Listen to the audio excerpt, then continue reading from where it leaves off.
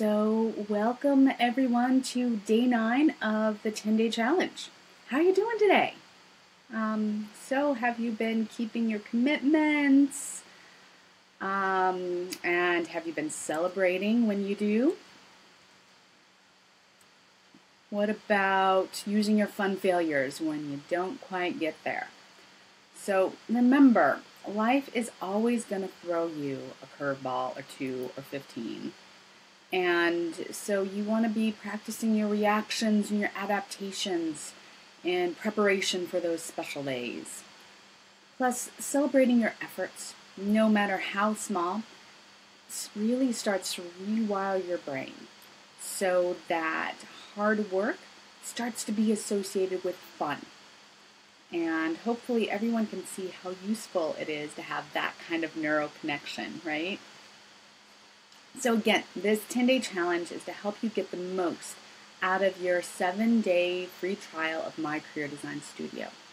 So hopefully you've been able to complete the raw materials section and have more clarity about your strengths and your challenges and your ideal life. And moving from there to the napkin sketch, hopefully you started to translate your goals and your dreams into concrete potential job titles. And sometimes this is really all you need to have that clarity about your strengths and your goals and your direction.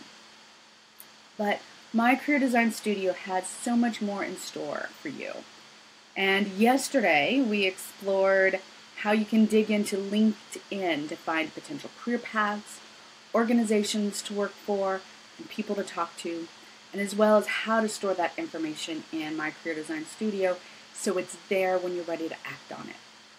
So this is all incredibly useful in creating your job search strategy, because what you want to do is target your top organizations, network as much as you can with people who are working in those organizations, and basically be able to have people give you the heads up, advocate for you, pop into HR once you've applied for a job to say, hey, I know this person, I think they'd be great.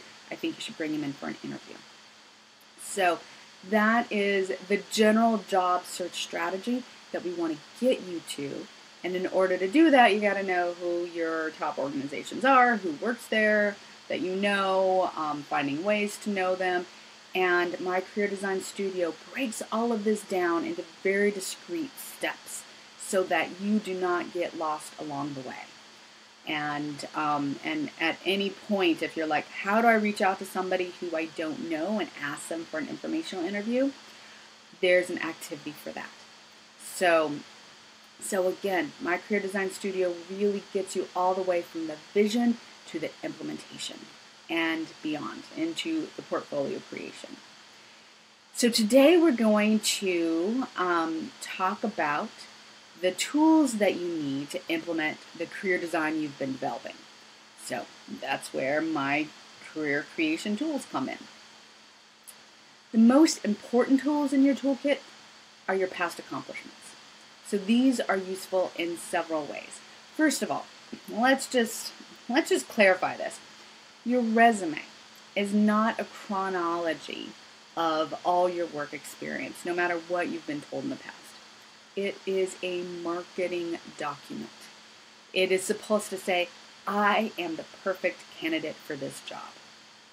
And the best way to prove this is to have lots and lots of bullets describing how you've made things better in the past and quantifying the results, right? So there's a huge difference between responsible for creating widgets, or even streamlined widget creation process, to streamlined widget creation process which improved production by 10% and saved $15,000 annually in labor cost, right? Which of those is going to pop to a hiring manager?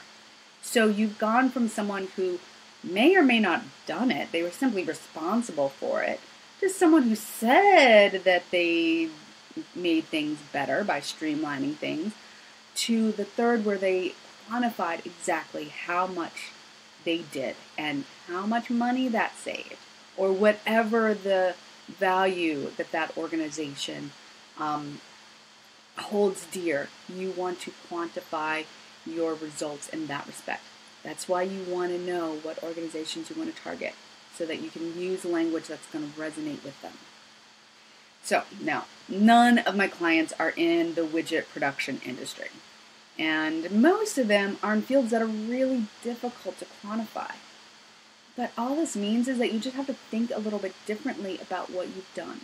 And so the My Accomplishments activity in my career creation tools, it helps you to go through that.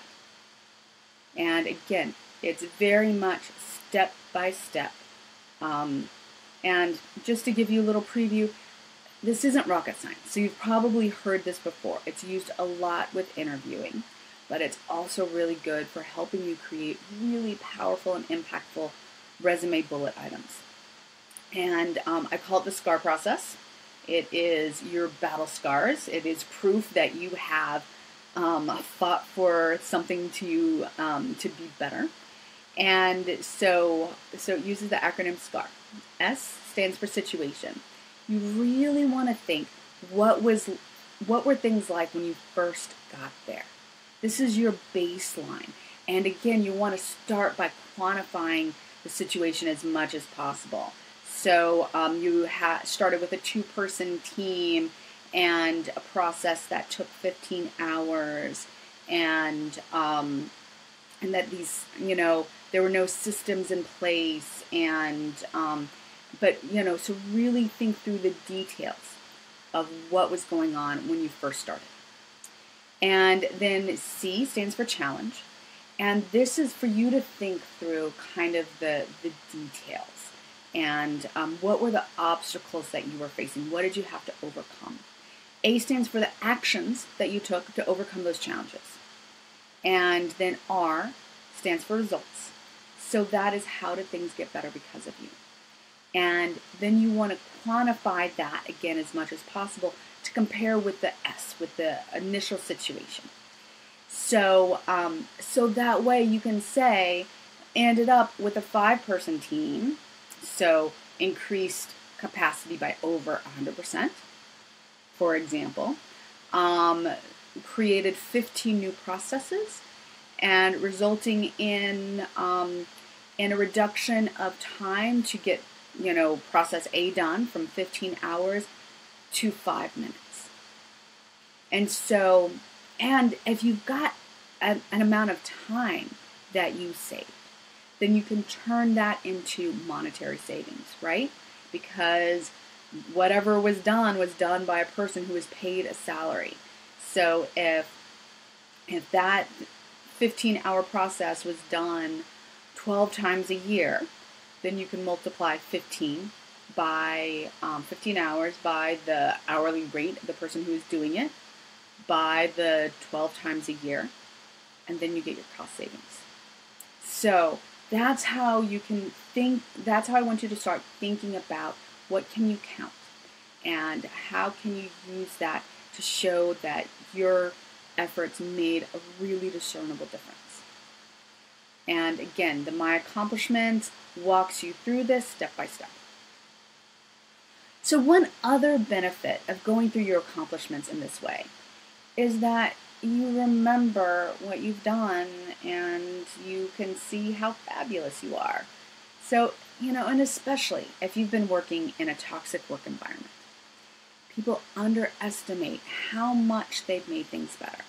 And this impacts your self-esteem, right? If you've ever been in that kind of situation, you know what I mean. But you have strengths, and you have used those strengths at some point in your life. And by using your strengths, you have made things better. So go through this activity. Keep doing it at different intervals. Go through it for each strength that you have that you've identified in your raw materials. Think about a time that you used that, and then go through the SCAR process. Think about your first job. Go through the SCAR process about your first 6 months. Think about your your top 3 accomplishments for every job. But when you think about that accomplishment, go through the SCAR process so that you can really talk about the before and after. And so by going through this activity, you can then, not only have information for you to use for your resume writing, but you can also reread it every once in a while whenever you start doubting yourself. And you're like, okay, I've overcome some serious obstacles. I've worked with people who were really struggling because they felt like they couldn't do anything because they were in a situation before where it was just obstacle after obstacle after obstacle. But when we went through this process and we broke it down, then she was able to see just how much she really did in a very short amount of time against all odds. And that's what I want you to be aware of, is here are the things that you've been able to do. Write it down. Find ways to use it in your resume, and or just, again, if this is something that you did in kindergarten, not at all work related, you can still reread it and be like, yeah, I really kicked some butt back then. So yeah, this is really useful in dealing with self-doubt. And as we all know, self-doubt is a huge challenge in finding a job. If you don't believe in yourself, it's really hard to convince other people to believe in you. So your accomplishments remind you of how awesome you are. And, and building on that, you can use these accomplishments in so many other different kinds of areas. I mentioned interviews, right? When you're doing informational interviews, if there's something that's relevant that you can talk about, not necessarily to obviously toot your own horn, but yes, I've been in a situation similar to that. And this is what I did, and this is what happened. But again, the SCAR process is recommended by interview coaches, by myself when I'm working with my clients, when you are being asked a question. So it could be, tell me a time when you had, 12 competing deadlines or multiple competing deadlines, what did you do? So then you'll have a list of accomplishments in your head, and you're like, oh, there was that time that I did that. And so then you'd talk about that situation using the SCAR process. Okay, here was the situation when I started. Here's some of the challenges that I faced. This is what I did, and this is how things got better. So it's fundamental. And as you're going through my career design studio, you're seeing that that the activities build off of each other. And sometimes it's not each activity builds on the one previous, but it might be a set of activities, gives you all the different assessments, gave you your strengths and challenges. And then those assessments plus the timeline exercise and the ideal day and the 9 lives, those all gave you career design essentials that you could then build into your ideal job. And you have also been thinking about potential job titles that you can then research and explore. And as you're researching and exploring, then you realize that you can't find the answer to certain questions. And so then you can build that into your informational interviews when you don't know what to say.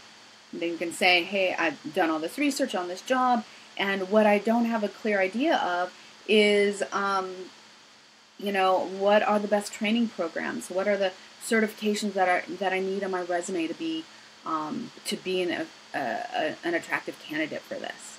And then once you talk to people, then you have more information, and then you can use that in thinking through your accomplishments and judging which ones are going to be most relevant, turning that into your resume. And because you've talked to people, then when a job posting gets listed, then you can get that person, on the phone or over email and saying, hey, I'm applying for this job. Do you mind, putting in a good word for me? So these are all the things that my career design studio does to set you up for career success.